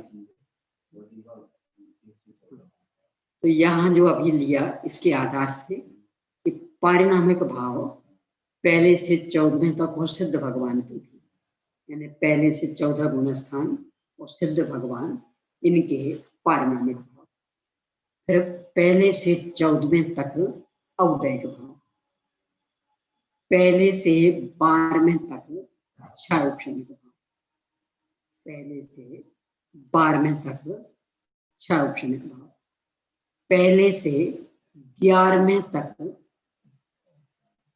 नहीं, चौथे से 11वें तक औपशमिक भाव, चौथे से 11वें तक औपशमिक भाव, और चौथे से 14वें तक और सिद्ध भगवान के शांत भाव। पहले से 14वें तक और सिद्ध भगवान के पारिणामिक भाव, पहले से 14वें तक औदैहिक भाव, पहले से 12वें तक क्षारोक्षणिक भाव। अब क्षारोक्षणिक भाव में भी थोड़ा सा भेद डालना पड़ेगा, वो अभी अपन डालेंगे। सामान्य से पहले से 12वें तक क्षारोक्षणिक भाव, चौथे से 11वें तक औपशमिक भाव, और चौथे से 14वें तक और सिद्ध भगवान के क्षार। अब इसके बाद क्षारोपशमिक भाव भी भेद डालना है। क्षारोपशमिक भाव के कुल 18 थे। नाम याद बोलो। 4 ज्ञान, 3 अज्ञान, 3 दर्शन, नाम सहित ज्ञान, मत ज्ञान, श्रुत ज्ञान, अवधि ज्ञान, मना पड़े। अवधि नहीं बोल, क्यों? नहीं, मैं जो पूछ रही हूँ अवधि नहीं कहना, अवधि कहना। क्यों? अरे मैं शब्द को लेके प्रश्न कर रही हूँ। अवधि और अवधि, वह आधा नहीं है, वह पूरा है। आधा होता तो उच्चारण होता अवधि, वह पूरा है तो उच्चारण होगा अवधि। इसलिए यानी वहाँ वह आधा नहीं है, वह पूरा है। आधा होता तो अवधि उच्चारण होता, तो पूरा है तो अवधि। तो अवधि मना पर्याय, 4 ज्ञान, फिर 3 अज्ञान, गोमती, कुश्रुत, अवधि, 4 3 7, फिर 3 दर्शन, चक्षु, अचक्षु, अवधि, 10, फिर 5 लब्धि, दान, लाभ, भोग, भोग, पीढ़ी, क्षारोपशमिक लब्धि 5, 10 और 5 15, फिर क्षारोपशमिक सम्यक दर्शन, क्षारोपशमिक चारित्र और संयमा संज्ञा, ये 18। अब ये जो 18 भेद हैं ये 3 भागों में बट जाते। कुछ ऐसे भेद जो मात्र मिथ्यात्व दशा में होते, कुछ ऐसे भेद कि जो मात्र सम्यक्त दशा में होते, और कुछ ऐसे भेद कि जो सम्यक्त और मिथ्यात्व दोनों में होते। बस इसलिए क्षारोपशमिक को सामान्य से पहले से 12वें तक। क्यों? क्योंकि इसके कुछ ऐसे भेद के जो मिथ्यात्व सम्यक्त दोनों में पाए जाते। अब कौन कौन से, ये देखिए। जो 3 अज्ञान, ये ऐसे भेद कि मात्र मिथ्यात्व में होते। तीन अज्ञान मात्र मिथ्यात्व में होते हैं। चार ज्ञान छायोपशमिक सम्यक्त्व, छायोपशमिक चारित्र और संयमा संयम, ये चार तीन सात, ये ऐसे ये मात्र सम्यक्त्व में होते हैं। तीन अज्ञान ये मात्र मिथ्यात्व दशा में, और ये सात मात्र सम्यक्त्व दशा में, चौथे से 12वें तक। इनमें अवधि दर्शन के संदर्भ में दो धाराएं, कितने ही आचार्यों का मंतव्य ये कि अवधि दर्शन भी अवधि ज्ञान के पहले होता है, वो अवधि ज्ञान के पहले, तो वे पहले से ही मतलब मिथ्यात्व से ही अवधि दर्शन मानते। कितने ही आचार्यों का मंतव्य है कि वो अवधि ज्ञान के पहले अवधि दर्शन नहीं होता, मात्र अवधि ज्ञान के पहले होता, तो वे अवधि दर्शन को चौथे से मानते। अवधि दर्शन के संदर्भ में दो धाराएं, कितने ही आचार्य कहते कि पहले से भी अवधि दर्शन, और कितने ही आचार्य कहते कि चौथे से अवधि दर्शन। इसके आगे जो सात भेद बचे, दानादि पांच लब्धि और चक्षु अचक्षु दो दर्शन, ये सात भेद ऐसे जो मिथ्यात्व में भी हो सम्यक्त्व में भी, यानी पहले से लेके 12वें तक, ये दोनों में, चक्षु दर्शन अचक्षु दर्शन और छायोपशमिक पांच लब्धियां, दान लाभ भोग भोग भी, तो ये मिथ्यात्व में भी सम्यक्त्व में भी। इस कारण से छायोपशमिक भाव पहले से 12वें तक सामान्य, छायोपशमिक भाव के 18 भेदों में 3 भेद हो गए। कुछ ऐसे भेद जो मात्र मिथ्यात्व में, जैसे 3 अज्ञान, कुछ ऐसे भेद कि मात्र सम्यक्त्व में, जिनमें 4 ज्ञान और छायोपशमिक सम्यक्त्व, छायोपशमिक चारित्र और संयमा संयम, और किन्हीं आचार्यों की अपेक्षा से अवधि दर्शन, और कुछ ऐसे कि जो मिथ्यात्व सम्यक्त्व दोनों में, चक्षु दर्शन अचक्षु दर्शन और 5 लब्धियां। इस तरह से छायोपशमिक भाव के 3 प्रकार के भेद हो जाते हैं। तो सामान्य से जब देखते हैं तो पहले से 12वें तक छायोपशमिक। अब यहाँ के प्रकरण से अपन जोड़ें तो भावों को अपने को लगाना पड़ेगा। तो मोटा मोटा मैंने बता दिया, अब इस आधार से आप लगा सकते किस गुण स्थान में कौन से भाव होंगे। स्थूल अपन ने देखा पारिणामिक भाव पहले से सिद्ध भगवान तक, औदयिक भाव पहले से 14वें तक, छायोपशमिक भाव पहले से 12वें तक, औपशमिक भाव चौथे से 11वें तक, और छायिक भाव चौथे से 14वें सिद्ध भगवान। अब अपन देखें तो पहले में कितने होंगे, कौन कौन से, क्यों? पहले गुण स्थान है 3, एक तो पारिणामिक भाव कि जीवत्व है, दूसरे औदयिक भाव सभी कर्मों का उदय चल रहा, और तीसरे छायोपशमिक भाव 3 अज्ञान आदि चल रहे। पहले में है 3 भाव, दूसरे में भी यही 3 भाव, तीसरे में भी यही 3 भाव। अब चौथे से थोड़ा अंतर पड़ जाएगा, अनेक जीवों की अपेक्षा और एक जीव की अपेक्षा। तो अनेक जीवों की अपेक्षा लें तो चौथे में है 5 भाव हो सकते। क्यों?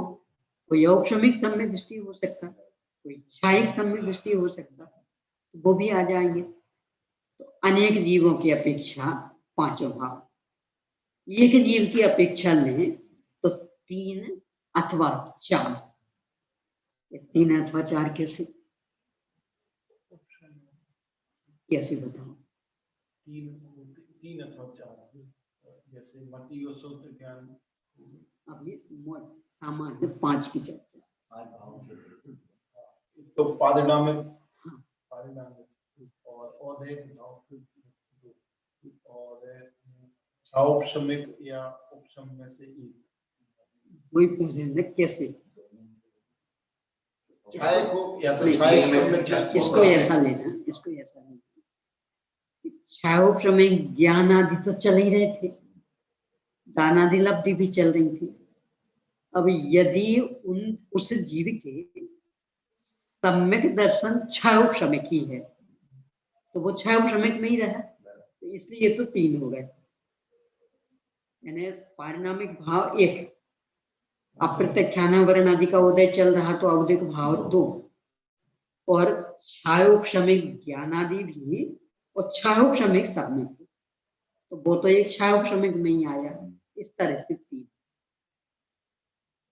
अब कदाचित ऐसा हो सकता कि वो औपशमिक सम्यक दृष्टि हो अथवा क्षायिक सम्यक दृष्टि हो, एक जीव, तो दानादि की अपेक्षा क्षायोपशमिक भाव भी और सम्यक्त्व की अपेक्षा औपशमिक सम्यक्त्व अथवा क्षायिक सम्यक, तो 4 हो गए एक साथ।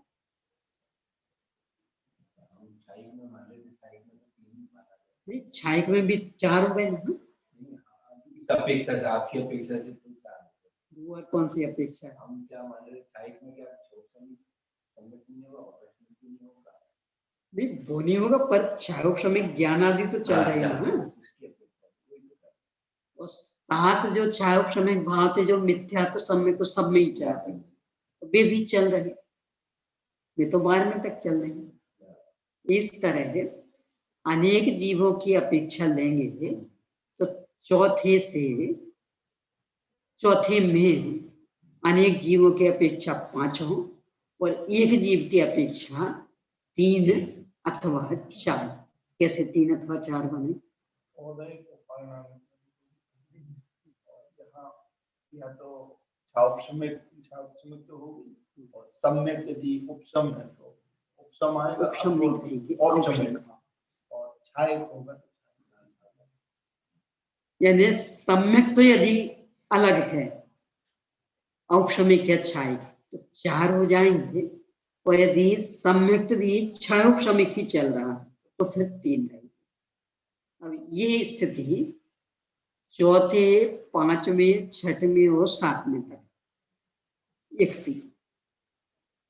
अब 8 में से श्रेणी का आरोहण, तो वहां यदि उपशम श्रेणी चढ़ रहे तो चूंकि उपशम श्रेणी में तो दोनों सम्यक तो होते, औपशमिक भी क्षायिक भी, तो वहां तो 5 बन जाएंगे।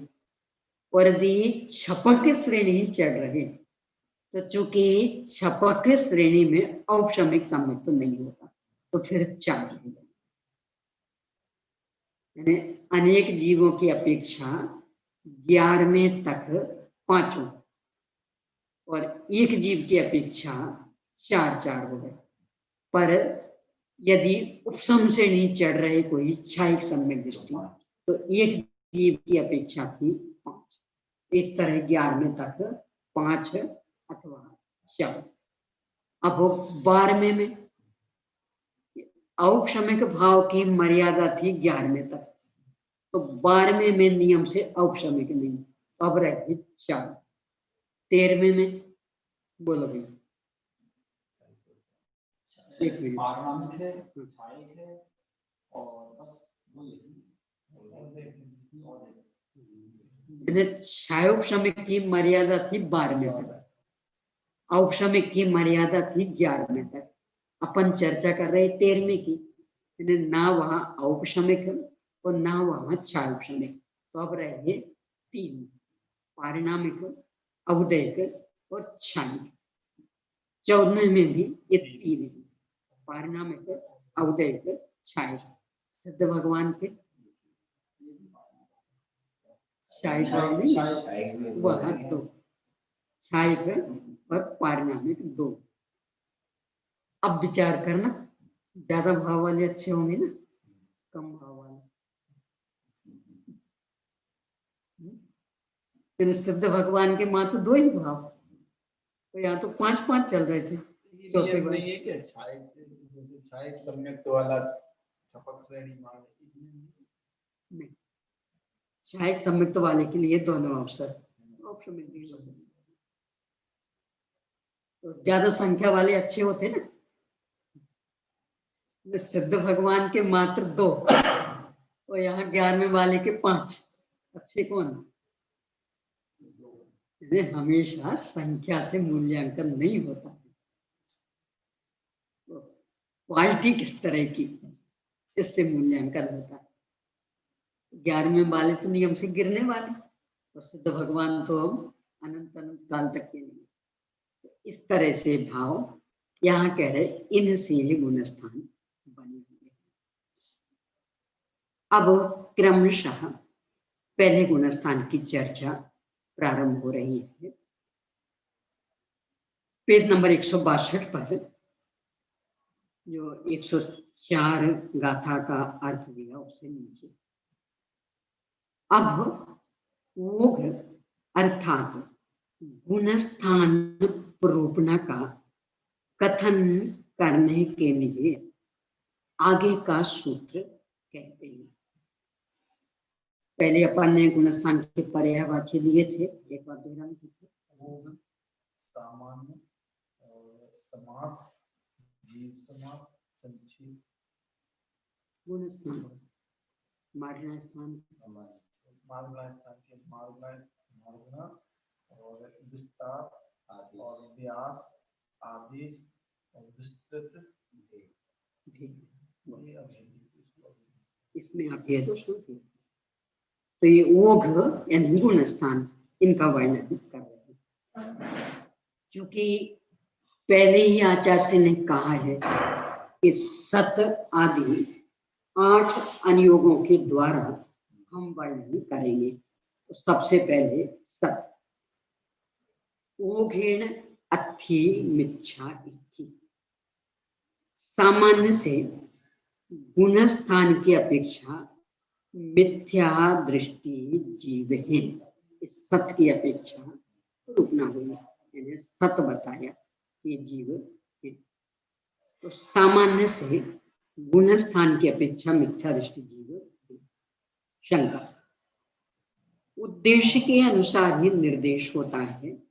इस न्याय के अनुसार वो इस शब्द के कहे बिना नहीं ओघ का ज्ञान हो ही जाता है, इसलिए उसका सूत्र में फिर से उच्चारण करना निष्प्रयोजन।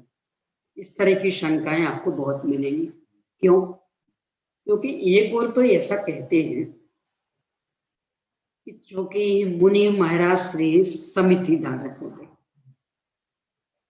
भाषा समिति में हित मित प्रिय बोलने के आगे जितना कम से कम बोलने से काम चल जाए उतना कम से कम बोल।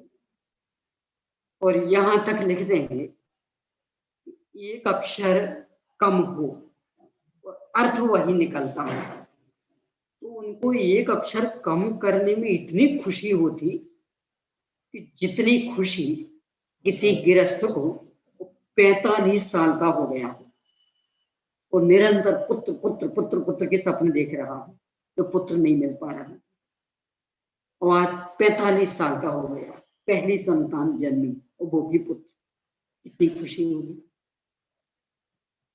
छोटी उम्र में जन्मने में उतनी खुशी नहीं होती। पूरी बड़ी उम्र हो गई हो और लगता हो कि अब नहीं जन्मी, तो फिर तो अब जन्म ही नहीं पाएगी, और फिर जन्मे और पहली बार में ही पुत्र। तो जितनी खुशी उस गृहस्थ को होती उतनी खुशी आचार्यों को एक अक्षर कम हो जाए और अर्थ वही निकले, एक करने में होती। एक और तो आप ये कहते, और दूसरी ओर जो अर्थ पहले से जोड़ करके किया जा सकता था उसके लिए भी आपने शब्द का प्रयोग कर दिया। ये क्या बात हुई? ओघेण अथि मिच्छा इति, यहाँ ओघेण शब्द दे दिया। अभी पहले ही 8वें सूत्र में ये कहा था 160 पेज पर 8वें सूत्र। संत परुवन दाये दुवी हो निर्देशो ओघेन आदेशीन। इस सत्य रूपना का निरूपण दो प्रकार से करेंगे, ओघ से और आदेश से। तो ओघ से और आदेश से ऐसा जब कहा तो अब उसी क्रम से आप निरूपण कर रहे। तो यदि ओघेन शब्द नहीं रखते तो भी ये अर्थ निकल आता कि आप ओघ से निरूपण कर रहे थे। तो अब ओघ शब्द यहाँ क्यों रखा, ये प्रश्न। यानी दो चीजें अपन ने बताई कि भाई इस क्रम से हम वर्णन करेंगे। अब नाम लेने की आवश्यकता क्या है, आप वर्णन कर दीजिए, सब समझ लेंगे कि इस क्रम से किया, इसका मतलब ये वर्णन इस चीज का होगा। ये प्रश्न है कि उद्देश्य के अनुसार ही निर्देश होता है, क्योंकि उद्देश्य जो 8वें सूत्र में दिया था ओघ से और आदेश से। ओघ शब्द पहले था, इसका मतलब उसका निरूपण पहले होगा। इस न्याय के अनुसार इस ओघ शब्द के कहे बिना भी ओघ का ज्ञान हो ही जाता है, इसलिए उसका सूत्र में फिर से उच्चारण करना निष्प्रयोजन है। यानी आप जबरदस्ती ग्रंथ का कलेवर बढ़ा रहे हैं, भाषा समिति का उल्लंघन कर रहे हैं। ये शंकाकार की शंका। समाधान, ऐसा कहना ठीक नहीं है, क्योंकि अल्प बुद्धि या मूढ़ जनों के अनुग्रह के लिए सूत्र में ओघ शब्द का उल्लेख किया है। जिनदेव संपूर्ण प्राणियों का अनुग्रह करने वाले होते हैं, क्योंकि वे वीतराग हैं। इसलिए जो विशेष बुद्धिमान होंगे वे तो अर्थ समझ लेंगे, जो सामान्य बुद्धि वाले होंगे वे तो वे नहीं समझ पाएंगे। तो उनके लिए बता दें, ये इस विषय की चर्चा चल रही है। यानी हमने जो पहले 8वें सूत्र में कहा था कि हम ओघ और आदेश की अपेक्षा सतप्रूपणा का वर्णन करेंगे, उनमें से सबसे पहले ओघ की अपेक्षा सतप्रूपणा का वर्णन हम कर रहे हैं। ये कह देंगे तो अल्प बुद्धि को, मूढ़ जनों को आसानी से समझ में आ जाएगा, इसलिए ओघ शब्द का प्रयोग किया। अब जो अगला वाक्य, जिनदेव संपूर्ण प्राणियों का अनुग्रह करने वाले होते हैं, क्योंकि वे वीतराग हैं। वीतराग हैं इसलिए सभी के उपकार में निमित्त बनते हैं, क्योंकि राग देश तो कोई है नहीं, बस इसमें जानते हैं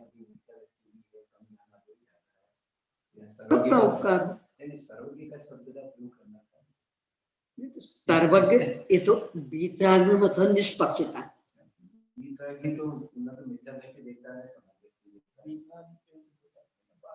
नहीं, यहाँ दूसरी बात है। यानी हमारे मन में किसी के प्रति कोई भी पक्षपात नहीं, तब तो सबके लिए एक सा उपदेश होगा। पक्षपात होगा तो नहीं, ये तो विशेष बुद्धिमान, चलो इनको थोड़े में समझा दो, ये दूसरे एक कम बुद्धिमान, इन्हें विस्तार से समझा, ऐसा पक्षपात हो। तो भगवान चूंकि वीतरागी हैं, वहां निष्पक्षता, वहां तो प्राणी मात्र का उपकार हो, इसके लिए सारी शैलियां आनी। तो क्योंकि वे वीतरागी हैं इसलिए संपूर्ण प्राणियों का अनुग्रह उनके माध्यम से होता है। इसका एक संदर्भ मोक्ष मार्ग प्रकाशक के 8वें अध्याय में बहुत सुंदर दिया, खास करके चरणान योग वाले प्रकरण। वहां ही लिया, भगवान सबका उपकार करना चाहते, आचार्य भगवान भी सबका उपकार करना चाहते। तो जिनका सीधा उपकार होता दिखता, उन्हें तो निश्चय परक उपदेश देते, जिनका सीधा होता नहीं दिखता उन्हें व्यवहार परक उपदेश देते, और जिनके संदर्भ में ऐसा लगता ये तो कुछ समझ ही नहीं सकते, तो उनकी सुरक्षा आदि का उपदेश दूसरों को देकर उनका उपकार करते। यानी चींटी हमारा कहना तो नहीं समझ सकेगी, पर आप तो समझ रहे ना, तो हम ये कहेंगे वो चींटी है, मरना जाएगी, उसको साथा से जी लेंगे, तो ये हमने उसका भी उपकार किया। यानी दूसरों को उसकी सुरक्षा आदि का जो उपदेश दिया, तो ये उन जीवों का भी उपकार किया कि वे आराम से अपनी जिंदगी जी लेंगे, साथा से अकुल व्याकुल नहीं हुए अपने कार्य। श्री गुरु इस तरह सबके उपकार, अंधे के हाथ में भी नहीं देंगे। अंधे के हाथ में लालटेन नहीं से दे दिया तो देखने वाला कम से कम देख तो लेंगे अंदर है। कम से कम वो तो न टकराए, उन्हें तो दिख रहा नहीं तो उजिला रहेगा, तो ये ऐसे ही इससे नहीं पंचेंद्र भी उन विकल्पों को न सताएं, तो ये हमने उनका भी उपकार किया। इन्हें प्राणी मात्र का उपकार भगवान की वाणी से होता है। जो ये वाला बिंदु, इससे फिर वो आगे तो एक जगह स्पष्ट आएगा, करुणा इस स्वभाव का चिन्ह। यहाँ भी प्राणी मात्र पर अनुग्रह का भाव, बीतरागी होंगे तो फिर पक्षपात नहीं, तो सबका कल्याण है, तो सब में कोई भी हो तो जो जैसे समझाए, जो जैसे समझे वैसा बताएंगे, तो सबका कल्याण। अब मूल में तो चूंकि सत बताना अस्तित्व, तो मिथ्यात्व गुणस्थान के अस्तित्व संबंधी शब्द, मिथ्या दृष्टि जीव है, सबसे पहले सत्ता स्थापित की होते हैं जगत में। इससे जो अनादि अनंत सिद्धत्व मानते उनका निषेध हो गया। कहने कोई भी संसारी जीव अनादि से सिद्ध नहीं है, पहले संसार है और संसार के अभाव पूर्वक सिद्ध दशा प्रकट होती है। यानी मिथ्यात्व दशा में तो प्रत्येक जीव अनादि से है, अब तो पुरुषार्थ करेगा तो आगे बढ़ेगा। इसीलिए एक गमना गमन, आगमन गमन क्यों नहीं? आए तो हम पहले से ही ना, पहले से पहले में तो बैठे, अब तो जब इसमें से निकलेंगे तो अन्य में जाना बने, पहले इसमें से गमन हो तो अन्यत्र आगमन, तो गमना गमन, यानी पहले इसमें से निकलो तो अन्य को पाओ। ये तो वो अनादि से सिद्ध, तो परंपरा की अपेक्षा, एक जीव की अपेक्षा नहीं, यानी अनादि से ही अनेकों जीव संसार का अभाव करते हुए सिद्ध दशा में पाते जा रहे हैं। नहीं, यानी कोई एक जीव की जो संसार में कभी आया ही नहीं, जिसकी कभी संसार दशा थी ही नहीं, ऐसा नहीं है कोई। पर्याय में स्वभाव से तो सब है, ऐसा सुना है। यानी स्वभाव से तो प्रत्येक जीव अनादि से शुद्ध है, पर पर्याय में कोई भी ऐसा जीव नहीं कि जो अनादि से सिद्ध। सब संसार में फिर पुरुषार्थ पूर्वक संसार दशा का अभाव करके सिद्ध दशा पाते। जो मीमांसकों में माने जाते सदाशिव, अपने यहाँ वो मान्यता, और उसका भी खंडन खास करके आप तो परीक्षा में बहुत दृढ़ता से किया है, संभव ही नहीं।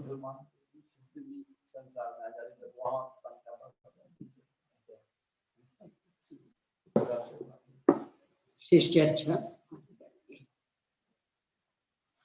प्रश्न तो नहीं आया हो। ये प्रकरण आज का चूंकि हो सकता है कठिन भी गया हो।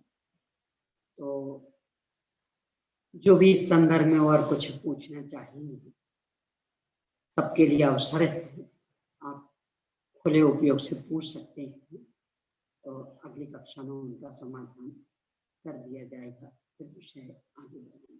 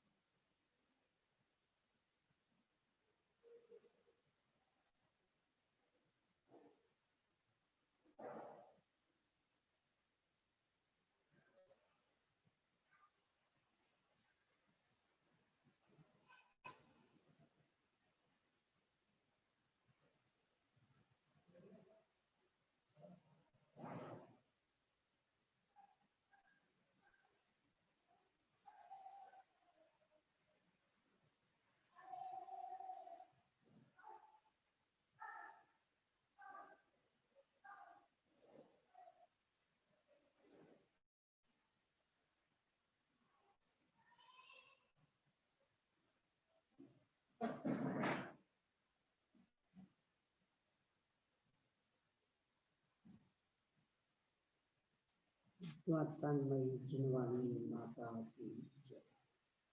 अहिंसामयी जैन धर्म